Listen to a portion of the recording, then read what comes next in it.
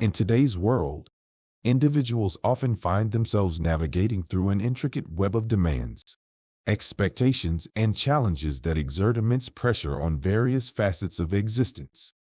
This relentless pursuit often results in a confluence of pressures stemming from professional responsibilities to financial strains.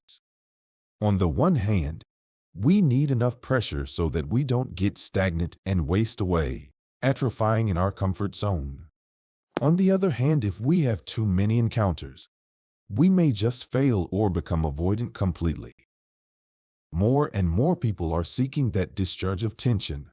While attention-free and pressure-less living might be comfortable for a while, but it's the pressure that causes us to grow and develop. Therefore, examining the dynamics of pressure in today's world is crucial to navigate these challenges and foster a balanced, healthy approach to life in the modern world. To help keep us resilient and steadfast when faced with pressure, we're going to look to the Stoics like Marcus Aurelius, Seneca, and Epictetus' way of handling it. In this video, I shall teach you 4 never-thought rules to help you reframe how we think about the world around us in order to help us stay resilient under pressure. Learning to love fate is known as amor fati. And while it might seem like a simple thing, but in practice it can be quite difficult. It takes 3 things for us to learn to love fate. 1. We have to be willing to accept everything that happens around us, rather than resist it. 2. We must realize that every change, whether positive or negative for us, is only the evolving part of a continually shifting universe. Third is we must realize that we would not be in this place if we don't accept change. Change is what has given us the ability to think and feel. In the context of pressure, we might learn to accept the obstacles that fate places in our path. After all, they are neither good nor bad. They are simply things we must deal with. One of the greatest benefits of amor fati is how it dissolves the victim mentality. The victim will look at a situation that isn't favorable to them and think, "Why only me?" With amor fati, we think, change is a part of life. This is just another change that doesn't affect me personally. This is a crucial mentality change that allows us to view challenges as chances for growth and learning rather than as burdens that stand in the way of our progress. By doing this, we eliminate the detrimental psychological effect that has on our mental health. This obstacle is the way mindset can be used in our real-life situations, like in a broken relationship or a job promotion. While our first reaction might be frustration or anger, but we shall eventually learn to consider these situations and ask ourselves what lessons they can teach us.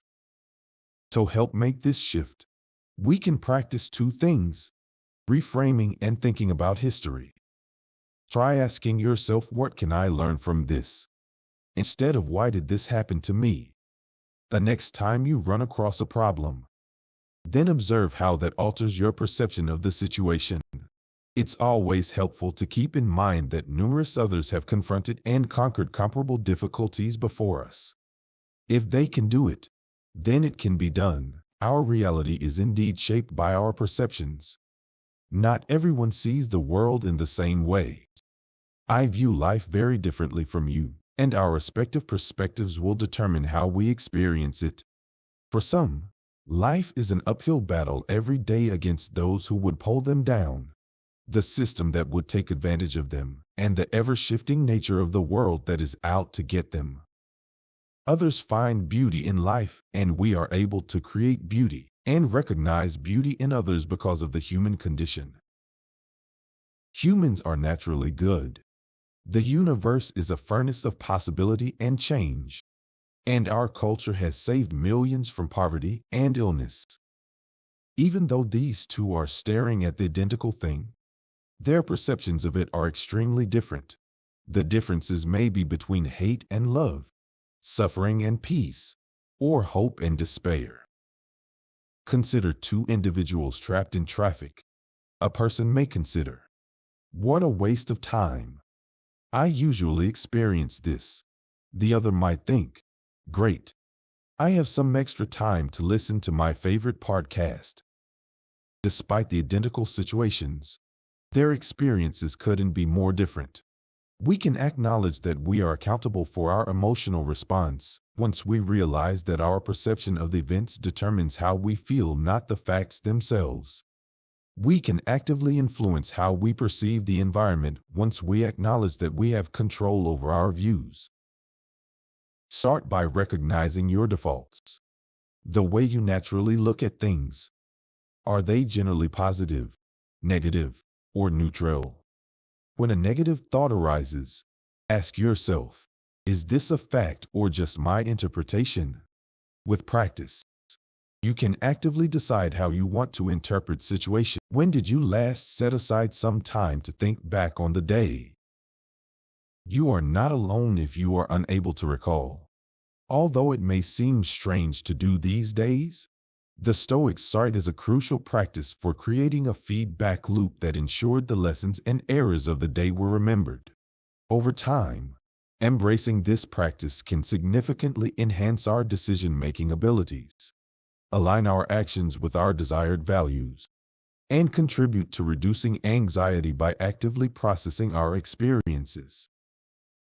Integrating this practice into both our morning and evening routines can yield substantial benefits. Every day, we're exposed to a stream of decisions, experiences, and emotions. If they are not dealt with, they may build up and lead to burnout and even bad judgment. By reflecting on a regular basis, we can examine our actions and determine whether they were in line with our principles. If we're really honest with ourselves, this practice can be a powerhouse of personal development as we get better and better at recognizing our approach and responses to different situations. Over time, as we improve in this kind of reflection, we start to see our response in real time as it happens. And this is where the really profound value can lie for many people. Even just 5 minutes before bed or during a coffee break can make a big difference. It's the consistency that's key. Ask yourself what went well today, or what could I have done differently? Modify your inquiries to include more in-depth why kind of question. The goal of reflection is understanding, not judgment. Be compassionate and curious when interacting with your ideas and emotions. Practice the rules I mentioned you above consistently. It functions similarly to an investment account. You make a regular payment and over time, the account grows and grows. See you in another video. Happy life.